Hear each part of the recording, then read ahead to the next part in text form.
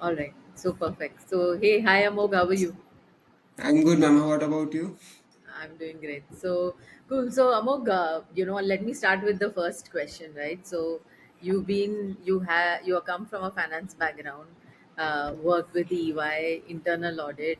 Why did the thought of an MBA come to your mind? So my part as of now was to look things from a financial perspective and work on numbers which are already like in the past. And I wanted to get some sort of a professional satisfaction that I want from my career. I always felt that let's have a more forward looking approach, because as humans also we need to have a forward looking approach. I felt somewhere my mindset in statutory audit and internal audit was where I have to look at numbers, or I have to look at things which have already happened beyond the point. Like 90% of the work is that. So at that point, I felt I need to go with something else and upgrade myself as well. So MBA was kind of the right approach, I felt. Right. So more from your career progression perspective, right? So when you think of doing an MBA, you're also thinking what you want to do next. Yeah. How did you plan that out, and what was your vision to how you would want to get to that point? So when I started with EY and audit, slowly I got to understand how business work. First of all, obviously, when you're auditing a company, you understand what kind of business they are doing. And luckily for me, I had so many different sectors I could work on. And once I realized that, I felt now I kind of want to have not just to state problems, but actually solve problems as well. And that's when I started to lean towards consulting. And consulting, having said that. It definitely has a forward looking approach. It actually solves problems, and that's where I felt maybe consulting is the next step from a career progression point of view. And for consulting, I need some upgrade in my existing skill sets and gain some new skill sets as well. So that's where MBA came into the picture. My idea was that I need to have a decent experience in EY at least for around 5 years, that I can get into a good university, because when I'm interacting with people, it's a two-way relation with the university, right? One is that what I will take from the university, but second is obviously what they expect from me, because I am also a part of a forum where there are people from multiple sectors, and I am representing someone from finance. So I need to know my stuff, right? So that's where I felt that I also should be prepared, and it should not happen that I am just here to learn. I'm also here to contribute. And that's where I felt at this point in time, when I'm almost 6 years of post qualification experience, is the right time for me. Right. When we start off thinking of doing an MBA abroad, the biggest challenge is always how to manage GMAT along with a full-time job. Yeah. You have a story to tell on this. So, what was your struggle? Tell us about your journey to, scoring a 685 on the GMAT. Yeah, sure. So, my story is kind of very unique, but I'll just try to keep it brief. My wife, I had met my wife when she was applying for PhDs abroad. And at that point, she also didn't know whether she's going to get a college or not. Later on, she got a college in University of Michigan in Ann Arbor. And she obviously left to pursue her PhD in organic chemistry. And at that point, I wasn't ready, to be very honest, to apply for an MBA. But I kind of like, my family told me that you also go for it, just try apply it. And at that, this is 1 year prior to what we are talking right now, like application cycle 2024. At that point, I felt okay, in the span of 4 months. That's what my expectation was. I should be able to apply and I should get a college. That's very simple. That's what I thought. So I thought, okay, what are the steps? And it was completely self-study basis. So I did. I understood that first is GMAT, and then you have to have all the essays, all the LORs, and all the resume has to be ready. You have to be ready for video interviews and everything. I felt okay, it's manageable, because I was confident about myself, considering the stuff that I was doing professionally and the confidence I was there. Like, I'm a star performer here, so I felt it's not that different. But thankfully, I'll say thankfully only because I have learned more from that experience. I was very wrong. I it came to my realization that even though however good you are in your own professional background and your own expertise that you're handling, a sense of help is required, a sense of direction is required, and a consultation is required. At that point, when I couldn't crack any of the colleges for application 2024 cycle, I thought, okay, now let's do it correctly, let's do it the right way. Start preparing 1 year in advance. That's something which is very important.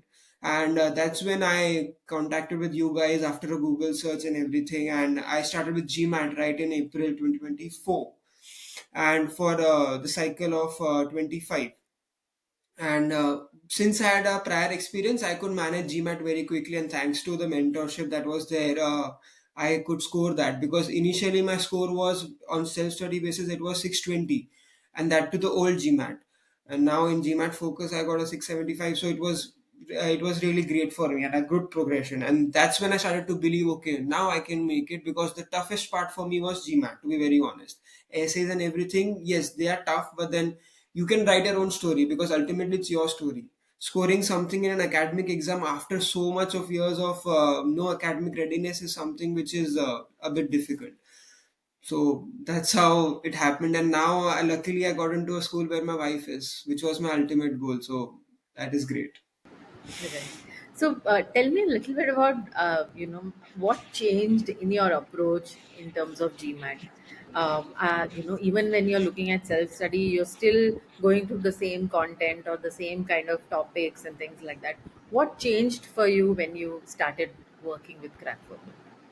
Okay, so I'll just like what worked for me was the very intricate nuances of how to approach a problem. So when you're solving your questions, you focus on accuracy as a person, because in Indian education system, what we have understood is percentage, but over here the game is not percentage; it's percentile. First of all, that. Second is how to approach a question, even if it's a tough question or an easy question, the level of weightage is different, right? So, how to approach a tough question, how to approach an easy question, how to navigate your way is something which I lacked. And thanks to all the team that you guys have, what happened is the setup that is there for mentorship is where I was solving questions every day in the morning at around 7 to 8, the most productive time for me, in front of someone who was looking me under a microscope and seeing how I'm trying to solve the question. Because when you are under the radar and when someone is looking at you how you're approaching a particular question, 90% of the battle is won there. Because whenever you're solving on your own, what happens is that you feel that I'm doing right. Okay, I went wrong in this question, but there is no principle to it. Like, okay, these are my five mistakes, but the five mistakes might have multiple themes, might have a similar theme. You need someone to actually help you assess your error log, where you can see, okay, out of this 50 errors, 10 errors are because of one fundamental mistake or one fundamental approach problem.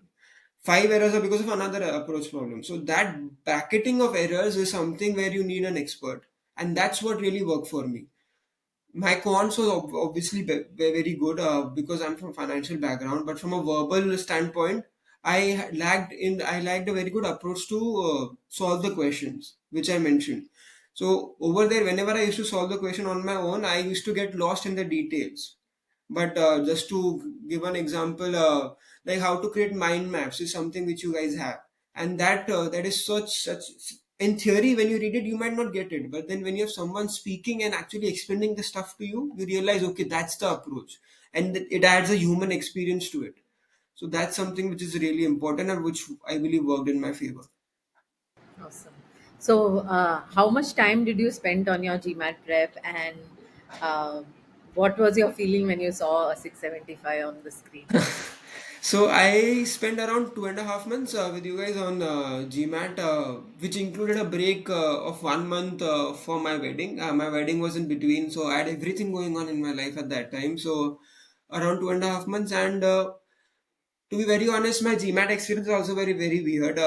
When I was giving my GMAT, what I had done was that I'll have the first question as verbal, because first session as verbal, because verbal is something which was a bit tough for me. That's what I felt.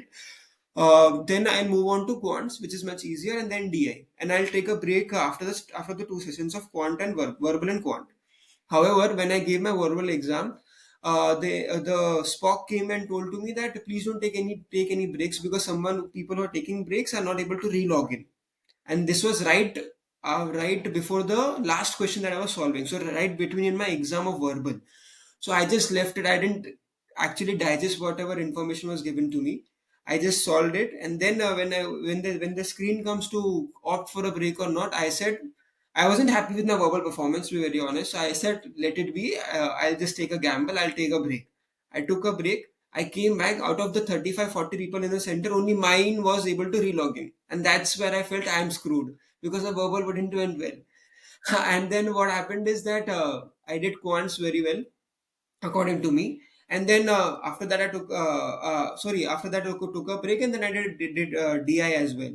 So what happened is, once the screen came in, my score which I had expected was completely bang on opposite to what it was. My verbal was the best performance ever, including the mock tests. I got a 92 95 95 percentile, 85 something. So that was the best which I never felt I could get, and I got that. In quants, it was 83, and in DI it was 82. So overall, when I saw the 675, I thought, thank God, the gamble paid off, and it is done and dusted now. And that's when I really thought, okay, now something, now the target schools which I had, which are the top colleges of the US, are in my reach. I can reach them. Right. Awesome. So you also chose Crackverbal for your admission consulting, which is your application process. What was the rationale behind choosing a mentor? Why did you choose Crackverbal? Maybe throw some light on that thought process also. Yeah. So when I was trying to do all the essays with my help and everything, like with my own sense of knowledge, I felt it's kind of like you're trying to prepare for an exam, but like as simple as that you're trying to prepare for a physics exam, but the chemistry exam comes in your front, or like you're trying to prepare for a chemistry exam, but then you don't have the tools for it, kind of like that. So I obviously felt that I understand what is needed, but I don't understand how it has to be done. Or even if people who might watch this video know that how it can be done, how the approach to it, and why it should be done the way it should be done is something really important, because people like you guys who have a prior experience and you have successful stories also, what happens is, you have understood the right method to solve this particular problem of application, and what's the right approach. And that expertise and tools and skill sets is something which a potential MBA candidate can use. And that's an area where I feel expert help is needed, because ultimately for anyone it is as simple as anyone going for classes in 10th standard for board exams or for 12th board exams. Why do you go? Because they know what kind of questions are going to be asked. What's the approach to solve a particular question? Very similar thought process over here as well. What a particular school needs, what are the right steps you need to do, how you need to interact with the schools, like what are the events you should attend, how you can approach different alumni or different current students. That kind of small things are actually leaps actually really helps leaps and bounds your application. So that's what I felt, and that's why I chose crack verbal. So we started our application process also I mean, before you actually took your final GMAT attempt too, right? Yeah. So you had already applied to close to 9 schools the year before. Yeah, Uh, that's true. yeah, and you were reapplicant to lot of the schools this year again when you were applying.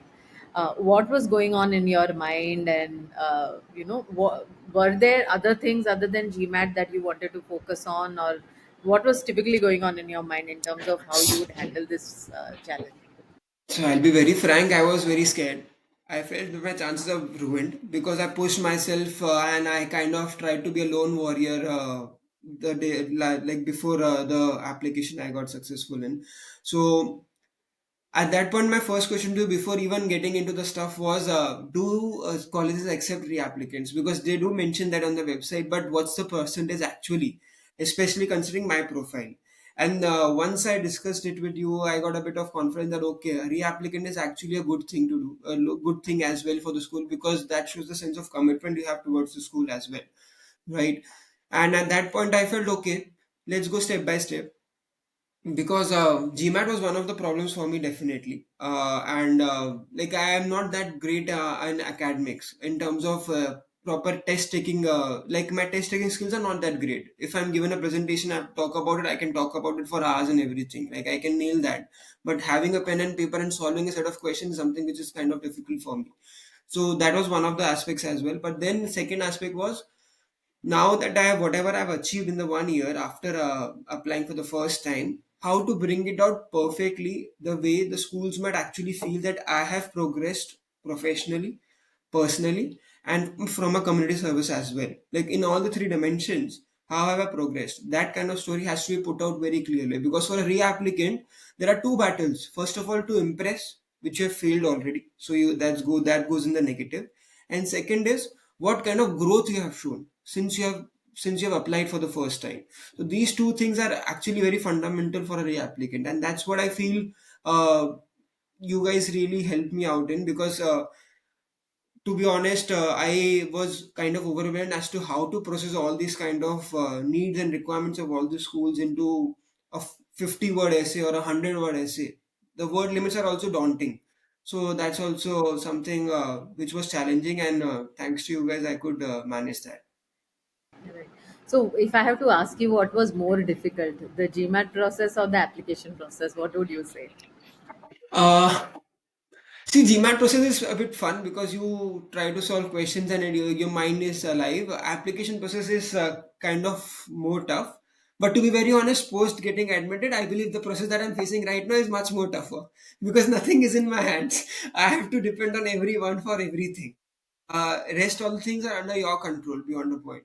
But once your application is done, approaching the and getting admission as well, approaching the alumni or the companies for pre-MBA programs and everything is kind of much more tougher, because so many cold calls you receive, even though all the LinkedIn invites you send, 90% might not even turn up accepting your request. So that is kind of demoralizing, but it is part of the job, right, for an MBA candidate. So that's how it is. But then I feel application process was a bit is a bit more tougher overall. Right. So, a lot of people talk about this whole phase of introspection and stuff like that, especially as part of the application process. How was it for you? And you are a finance guy. You're not someone who's used to writing stuff. How did you kind of manage this whole process? And what was your approach, more from an introspection perspective, also? Yeah, so from an introspection point of view, I feel whenever I was traveling to office or to home or anywhere else, I used to just think about my life and all the steps that I've taken in life, why I've taken them. So kind of like the why answers first. Like the first question to yourself should be why. Why this particular step at that point in time, whatever your career has been, and from there why you can get a good like good set of options as to understand, okay, this can be kind of my story, this can be something which I can mention and everything. So the why is the first question. That's what I felt. And uh, yeah, that's something which I did from an introspection point of view. Right, right. Um, how you so you were also interviewed in multiple places. So tell me a little bit about your interview experience. How did you prepare for it, and what was your approach? Because for you there were too many things at stake. You had to go to US. I mean, Michigan was the best case scenario, but still you were also looking at a lot of other options. To have like a safer option also for you, because maybe Ross was one of the most ambitious options to pick for. How did you plan that, and how was your whole interview process also for yourself? Yeah, so initially when I got the invite, the first invite I got was for Ross Business School, and I was hoping that I get an invite of some other school, because I'll get a very good test also done.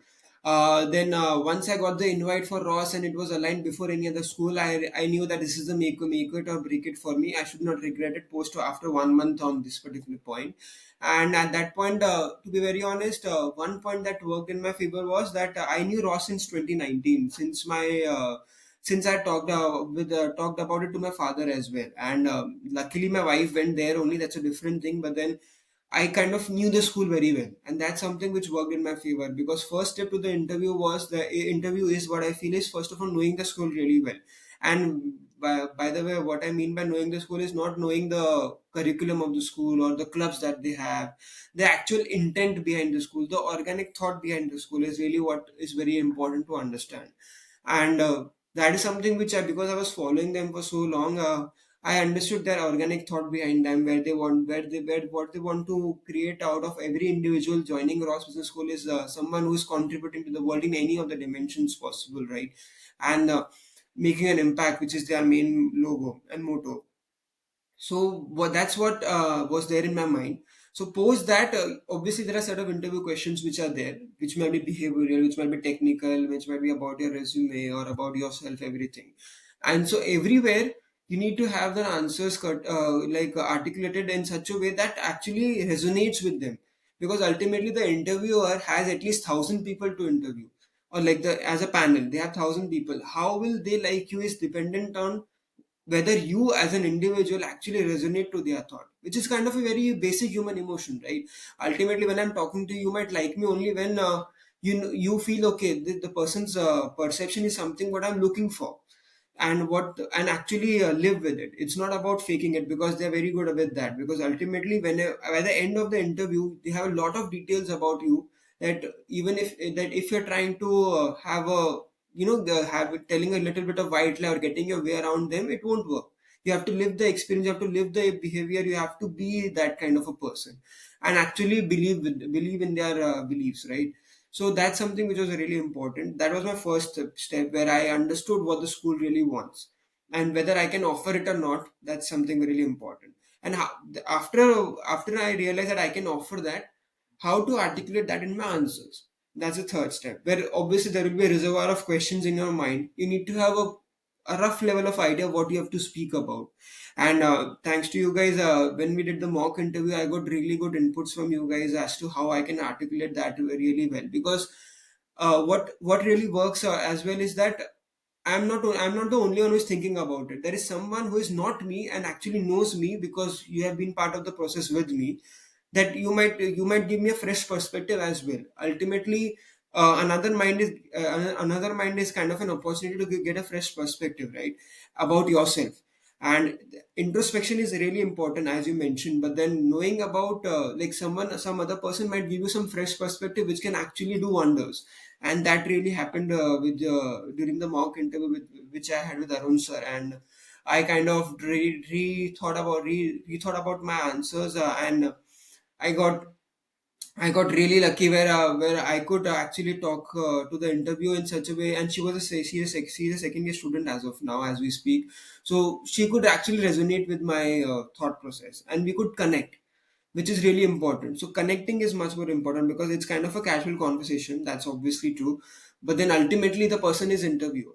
So you need to have that connection built, and the onus on connecting is as much on you as on her as well, or the interviewer. Perfect. So yeah, so I think honestly speaking, we celebrated when you got into Ross because it was so this. I know remember the whole anxiety you had while Yeah, waiting for the results also, because it was delaying, and this year I don't know, for some reason all the results came in very late, so it yeah, was yeah. actually adding to a lot of anxiety, generally in every person who applied, right? So finally you got into what you really wanted, and Yeah, I think here your reapplicant, being a reapplicant actually helped you, because the yeah. school mentioned that they wanted to send you the results before everybody else because you were a reapplicant, right? So tell us a little bit about that. Yeah, so like the phase after you're done with everything and everything is dependent on someone else is the most anxious phase for me, because nothing is under my control and nothing you can do about it, right? So I used to keep bugging you, Arun sir, and everyone as to if you have heard any news and everything, and I had joined that GMAT groups as well. And once I realized there are people who have worked, like there are people who have working in AI, or who are working in ISRO, making rockets completely from engineering background. How can a finance guy compete with that kind of stuff, where someone is creating a tangible asset in the world, right? So that's something where I felt okay. Beyond the point, it's not only about me; it's about the competition that I'm facing. And having said that, luckily for me, I was in office only when the call came, and I was waiting for the call for a couple of days, because I had heard on the group that people they have started to call and everything. Once I saw the number from +1, I knew that they were them, so I just rushed out from a meeting that I was. and without even mentioning to anyone that I'm going out for a call. And I heard the news, and I just heard the news that you are like we have accepted your application and you are admitted to Ross. I didn't hear anything after that, and I could just celebrate the moment, because for me it was a 2 years of struggle for a school that I ambition to be in since 2019.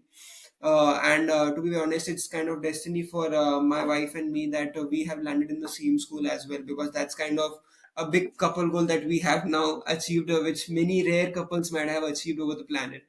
So that's something which is great. And to be very honest, it gives a very good sense of satisfaction, a sense of confidence as well. That even though the whatever effort you put in, sometimes you might not get a result, but you can definitely get an experience out of it. So the struggle that I had when I was doing it individually, I felt it is important. Or it is important because obviously it helped me to understand where I went wrong, and actually gave me a direction as to what needs to be done. So yeah. Last question. What was Yeah. your, how will you sum up your experience with Crackverbal? My experience with Crackverbal is like I cannot sum it up in some set of words, but it was outstanding, to be very honest. Had someone told me 3 years back that I would land up in a school which I had kind of thought about, and I'll be able to actually be with people of different like actually be in the campus of Ross is like I couldn't imagine that. So this kind of